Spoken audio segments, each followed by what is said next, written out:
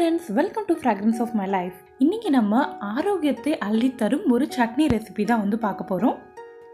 Daily normal chutney அப்படின்னு செய்யாமல் இந்த மாதிரி டிஃப்ரெண்ட்டாக கொஞ்சம் செய்யலாம்.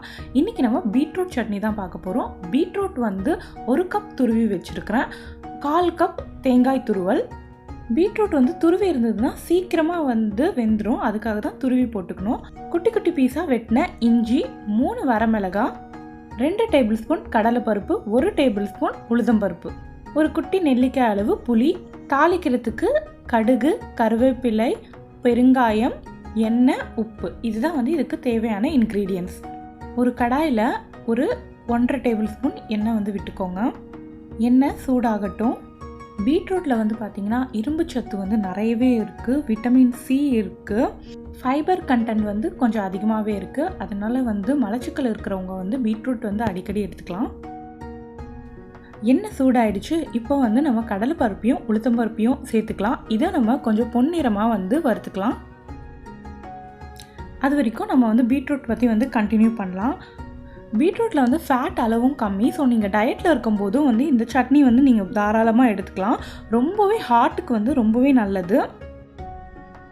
நிறைய குழந்தைங்க பீட்ரூட் பொரியலாக கொடுத்தா சாப்பிட மாட்டாங்க. அப்போது அந்த மாதிரி நேரத்தில் இந்த மாதிரி சட்னி இல்லைனா குழம்பு, ஜூஸ் அந்த மாதிரி ஏதாவது நம்ம செஞ்சு கொடுத்துக்கலாம். பருப்பெல்லாம் நல்லா கோல்டன் ப்ரௌன் மாதிரி லைட்டாக ஆகிடுச்சு. இப்போ நம்ம வரமிளகாய் சேர்த்துக்கலாம். காரம் தூக்கலாக வேணும் அப்படின்றவங்க ஒரு 4 to 5 கூட சேர்த்துக்கலாம். இது நார்மலான காரத்துக்கு இருக்கும். இது கூடவே ஒரு பிஞ்ச் பெருங்காயத்தையும் தூவி விட்டுக்கலாம். நெக்ஸ்ட்டு பொடியாக நறுக்கி வச்சுருக்க இஞ்சியும் சேர்த்துக்கோங்க. 1 இன்ச் இஞ்சி தான் இது, ரொம்ப குட்டி குட்டியாக வெட்டி வச்சுருக்கேன். இது கூட அப்படியே நம்ம பீட்ரூட்டையும் சேர்த்துக்கலாம். பீட்ரூட் துருவி இருக்கிறதால சீக்கிரமாக வெந்துடும். அந்த பச்சை வாசனை போகிற வரைக்கும் நல்லா வதக்கிக்கணும், வேகணும். இந்த பொரியலுக்கெல்லாம் வேகும் பார்த்திங்களா, அந்த மாதிரி வேகணும்னு ரொம்ப அவசியம் இல்லை. ஜஸ்ட் அந்த பச்சை வாசனை போகிற வரைக்கும் வதக்கிக்கிட்டால் போதும். இந்த சட்னி பார்த்திங்கன்னா இட்லி, தோசைக்கு, சாதத்துக்கூடையும் தொகையல் மாதிரி நம்ம வச்சு சாப்பிட்டுக்கலாம். இந்த பீட்ரூட் வதங்குறதுக்கு ஒரு 2 நிமிஷமாவது எடுக்குங்க. அதுக்கப்புறமா நம்ம இந்த தேங்காய் துருவலையும் போட்டுக்கலாம். தேங்காய் துருவல் போட்டதுக்கப்புறமா ஒரு 1 நிமிஷம் வதக்கிக்கோங்க. இதில் நல்லா தேங்காய் துருவல் மிக்ஸ் ஆகணும். உங்களுக்கு இந்த பீட்ரூட்டோட ஃப்ளேவரை நல்லா டாமினேட் பண்ணணும் அப்படின்னு நீங்கள் நினச்சிங்கன்னா பாதிக்கு பாதி நீங்கள் தேங்காய் துருவல் எடுத்துக்கலாம்.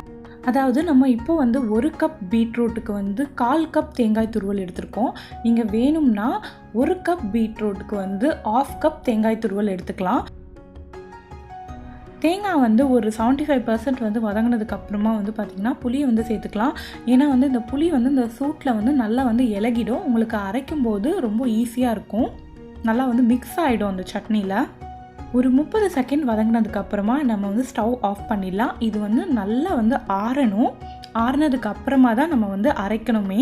இந்த மாதிரி வதக்கி நம்ம அரைக்கிற சட்னி எதுவுமே சூடாக நம்ம அரைக்கக்கூடாது. அப்படி அரைச்சிங்கன்னா உங்கள் மிக்ஸி பொசுங்கிடும். புது மிக்ஸி வாங்குகிற பிளான் இருக்கிறவங்க வேணால் அப்படி அரைச்சிக்கோங்க. இப்போ இது நல்லா ஆறியாச்சு. மிக்ஸி ஜாரில் போட்டாச்சு. தேவையான அளவு உப்பும் சேர்த்துக்கோங்க. இப்போ நம்ம கொரன்னு அரைச்சிக்கலாம். ரொம்ப சாஃப்டாக பேஸ்ட் மாதிரி அரைக்க தேவையில்ல, கொஞ்சம் கொரகொரப்பாகவே இருக்கட்டும். இப்போ அரைச்சி எடுத்துகிட்டு வந்துட்டேன். இதை நம்ம தாளிச்சுக்கலாம். இந்த மாதிரி குழிக்கரண்டியில் தாங்க நான் தாளிக்கிறேன். தாளிப்பு கரண்டி நான் சென்னையிலே விட்டுட்டு வந்துட்டேன். இங்கேயும் வாங்கலை. சரி, இதுவே எனக்கு கம்ஃபர்டபுளாக இருக்குது, ஸோ இதிலே யூஸ் பண்ணிக்கலாம் அப்படின்னு 1 டேபிள் ஸ்பூன் எண்ணெய் எடுத்துருக்கேன். எண்ணெய் நல்லா சூடானதுக்கப்புறமா கடுகு சேர்த்துக்கலாம். கடுகு நல்லா பொரியட்டும். இந்த தாளிப்பு கரண்டிலாம் வரதுக்கு முன்னாடி நம்ம ஃபஸ்ட்லாம் பார்த்திங்கன்னா அம்மாலாம் இந்த மாதிரி குழிக்கரண்டியில் தான் தாளிப்பாங்க. அது எனக்கு நல்லா ஞாபகம் இருக்குது. இப்போ தான் டிசைனாக தாளிக்கிறதுக்குனே கரண்டிலாம் வந்திருக்கு. கடுகு வெடிச்சாச்சு. இப்போ நான் கருவேப்பிலை சேர்த்துக்கிட்டேன். இதை அப்படியே நம்ம தூக்கி சட்னியில் போட போகிறோம். இந்த ஐடியா எனக்கு வரதுக்கு முன்னாடி இங்கே வந்த புதுசில் பார்த்திங்கன்னா குட்டி கடாய் இருந்தது. அதில் தான் நான் தாளிச்சிட்டு இருந்தேன். அது ஒரு வேஸ்ட்டாக மாதிரி எனக்கு தோணுச்சு. அதனால் இந்த மாதிரியே யூஸ் பண்ணிக்கிறது. இப்போலாம் நல்ல சூப்பரான ஹெல்த்தியான பீட்ரூட் சட்னி ரெடி ஆகிடுச்சுங்க. நல்ல கலர்ஃபுல்லாக இருக்குல்ல.